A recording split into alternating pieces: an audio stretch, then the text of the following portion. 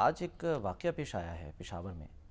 وہاں پر Afghan council general محب اللہ شاکر صاحب وہ آئے، بلایا ہوا تھا وہاں پر ان کو تقریب میں، اور اس میں جب قومی ترانہ چلا تو وہ بیٹھے رہے. ہاں جی، وہ بیٹھے رہے، وہ دیکھیں اٹھے نہیں. سفارتی آداب تو یہی ہیں کہ جب کسی ملک کا قومی ترانہ بجے تو اٹھ کے کھڑے ہونا چاہیے. لیکن یہ جو افغان حکومت ہے، ہو سکتا ہے وہ اسے بھی بدعت سمجھتے ہوں اچھا، اور اپنے قومی ترانے پر بھی نہ کھڑے ہوتے ہوں.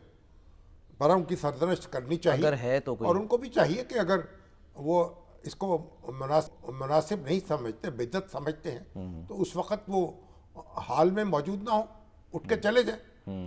تو بہرحال ان کو سمجھانا چاہیے. اور یہ جو قومی ترانہ جو ہے نا، اب ہر جگہ بجانے لگے ہیں نا ہم. پہلے تو صرف یہ صدر پاکستان کے لیے اور گورنرز کے لیے بجتا تھا، صحیح. اب وزیر اعظم کے لیے بھی نہیں بجتا تھا. اچھا، اب آہستہ آہستہ ہم نے ہر تقریب میں سے بجانا شروع کر دیا. رحمت چلیے تو اچھی بات کانفرنس تھی. ہے. بہرحال یہ افغان جو سفارتکار ہیں، میرا خیال ان کے الجھن ہے، ان کو کوئی انہوں نے کوئی ایسے پھنس گئے ہیں کہ یہ کوئی بدعت سمجھتے ہیں اس کو.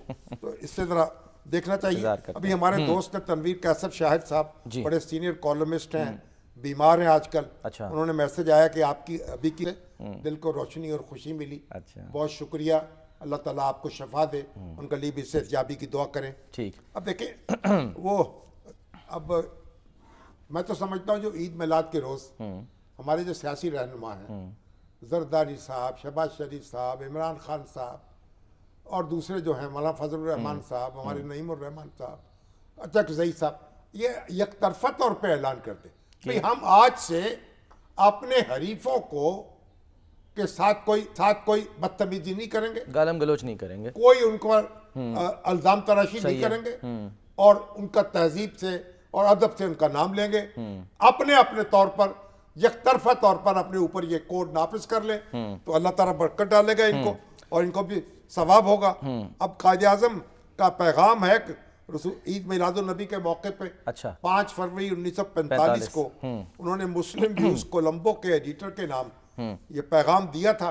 وہ بھی میں سمجھتا ہوں چند الفاظ ہیں، پڑھ کے سنا دیں، قائد اعظم کی یاد بھی تازہ ہو جائے. ہمارے منیر احمد منیر صاحب جو ہیں، انہوں نے بڑے ماشاءاللہ ایسے اخبار نویس ہیں، محقق ہیں، قائد اعظم پہ بہت کام کیا ہے. انہوں نے بھیجا، رسول اکرم صلی اللہ علیہ وسلم کے یوم پیدائش پر آپ نے مجھ سے پیغام مانگا ہے، میں اس کے سوا کیا کوئی پیغام نہیں دے سکتا کہ اسلام کی بہترین روایات اور دین جو ہم تک رسول اللہ صلی اللہ علیہ وسلم کے ذریعے پہنچا ہے، دنیا بھر کے ہر مسلمان کو اپنی زندگی اس کے مطابق بسر کرنی چاہیے.